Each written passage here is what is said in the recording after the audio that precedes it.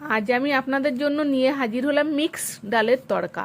সামনেই তো তড়কা খাওয়া দিন আসছে। শীতকাল মানেই ডিনারে গরম গরম রুটি আর ধোঁয়া ওঠা ধনেপাতা, কাঁচা লঙ্কা, কাঁচা পেঁয়াজ দিয়ে গরম গরম তড়কা, জাস্ট ফাটাফাটি। আর কোনো কথা হবে না। রেসিপিটা সেভ করে রাখুন, কাজে লাগবে। এখানে আমি মিক্স ডাল নিয়েছি। ওই ডালের ভিতরে সামান্য একটু খাবার সোডা দিয়ে 6 ঘন্টার মতো ভিজিয়ে রাখবো। আপনারা সারা রাত ভিজিয়ে রাখলে আরও বেশি ভালো হয়। হাতে কম সময় থাকলে অন্তত 6 ঘন্টা ভিজিয়ে রাখবেন, তবে খাবার সোডাটা দিয়ে ভিজিয়ে রাখার চেষ্টা করবেন। এবার আমি ডালটাকে ভালো করে ধুয়ে নিয়ে তারপরে সিদ্ধ করতে বসাবো। এখানে আমি গরম জলে সিদ্ধ করে নেব, একটু লবণ দেব, লবণ দিয়ে সিদ্ধ করে নেব। এখানে কড়াইতে আমি সর্ষের তেল দিয়ে 4টে ডিম ভেজে নেব ঝুরু ঝুরু করে। ডিমটা আমার ভেজে তুলে নেওয়া হয়ে গেছে। এবার আমি সর্ষের তেলের ভিতরে পেঁয়াজ কুচি দিয়ে দিলাম। পেঁয়াজটা যখন ভাজা ভাজা হয়ে যাবে তখন আমি আদা রসুন বাটা দিয়ে দিলাম। আদা রসুনটা দিয়ে পেঁয়াজের সঙ্গে আমি ভালো করে কষে নেব। যখন ভালো করে ভাজা ভাজা হয়ে যাবে তখন আমি এখানে একটু টমেটো পেস্ট দিয়ে দিলাম। টমেটো পেস্টটা দিয়েও আমি একটু কষে নেব। এবার আমি এখানে গুঁড়ো মশলা দিয়ে দেব, জিরে গুঁড়ো, লঙ্কা গুঁড়ো, লবণ আর হলুদ দিয়ে আমি ভালো করে আবার কষে নেব।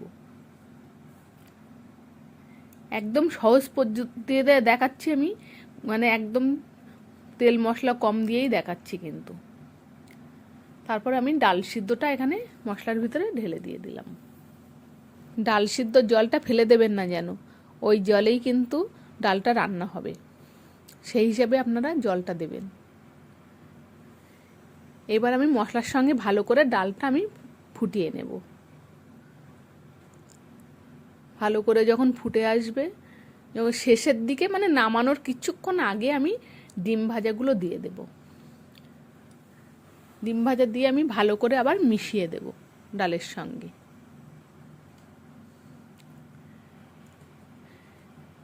এবার যখন হয়ে যাবে ডালটা, শেষের একটু আগে আমি এখানে কিছুটা কচুরি মেথি দিয়ে দিলাম।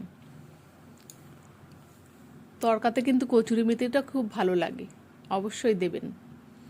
আর শেষে দিয়ে দিলাম কিন্তু এখানে তড়কা মশলা। তড়কা মশলাটা কিন্তু মাস্ট লাগবেই, তড়কা মানে তড়কা মশলা অবশ্যই লাগবে।